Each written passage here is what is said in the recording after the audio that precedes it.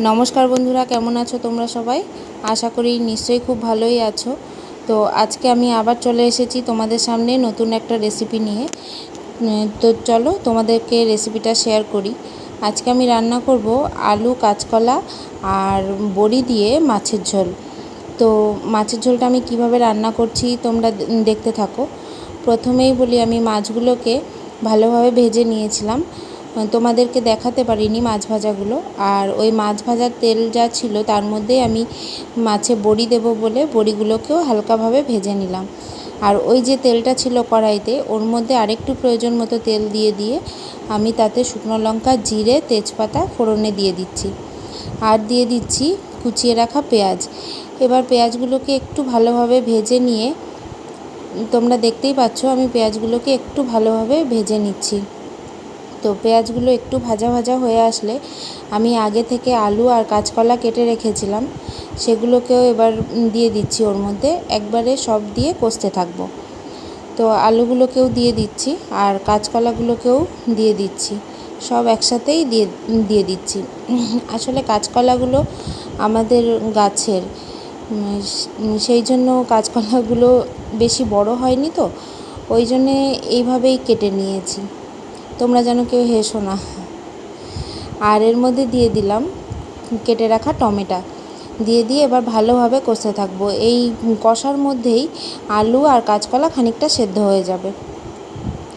তো আমি সব একসাথে দিয়ে ভালোভাবে ভেজে নিচ্ছি। আর এই ভাজার মধ্যেই আমি এবার লবণ, হলুদ সব দিয়ে দেবো। আর বন্ধুরা, তোমাদের যদি আমার এই ভিডিওটা ভালো লাগে তো অবশ্যই লাইক, কমেন্ট আর শেয়ার করো। আর আমি এর মধ্যে এবার লবণ দিয়ে দিলাম আর দিয়ে দিচ্ছি কিছুটা হলুদ। আমার প্রয়োজন মতো হলুদ দিচ্ছি। আর তোমরাও তোমাদের প্রয়োজন মতোই কিন্তু লবণ ব্যবহার করবে। আমি এখানে কোনো রকম পরিমাপটা মেনশন করিনি, সেই জন্যে তোমরা তোমাদের প্রয়োজন মতো মশলা বা লবণ, হলুদ ইউজ করবে। তো দেখো আমি আদা, কাঁচা লঙ্কা, জিরে, তার মধ্যে কিছুটা শুকনো লঙ্কাও দিয়েছিলাম, আর রসুন বেটে রেখেছিলাম, আগে থেকেই গ্রাইন্ডিং করে রেখেছিলাম। তো সেটাই এর মধ্যে দিয়ে দিচ্ছি, দিয়ে আবার ভালোভাবে কষে নেব।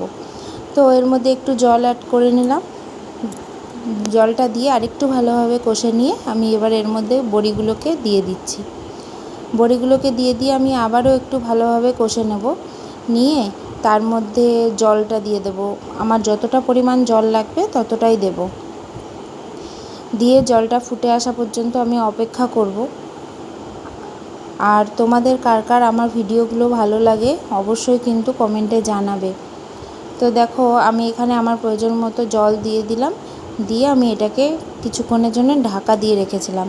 তারপর ঢাকনাটা খুলে আমি দেখছি যে ঝোলটা বেশ ফুটে এসছে।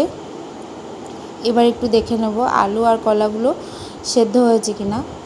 তো প্রায় সেদ্ধ হয়েই এসছে, তোমরা বুঝতেই পারছো সেদ্ধটা হয়ে গেছে। তো এবার এর মধ্যে মাছগুলোকে দিয়ে দেবো। আসলে মাছটা দেওয়ার পর দেখছি জলটা অনেকটাই কম হয়েছিল, সেই জন্য আমি আবারও একটু জল গরম করে তরকারির মধ্যে দিয়ে দিয়েছিলাম। তো আমার মাছের ঝোলটা কিন্তু কমপ্লিট। খুব ইজিলি এই ধরনের মাছের ঝোল রান্না করতে খুবই সহজ হয়। তো তোমাদের কেমন লাগলো জানিও। আর আমার মাছের তরকারিটা কমপ্লিট হয়ে গেছে, এবার নামিয়ে নেব মাছের তরকারিটা। তোমরা দেখতেই পাচ্ছ কেমন রান্নাটা হয়েছে, আমি কীভাবে রান্নাটা করেছি। তো তোমাদের কেমন লাগলো জানিও।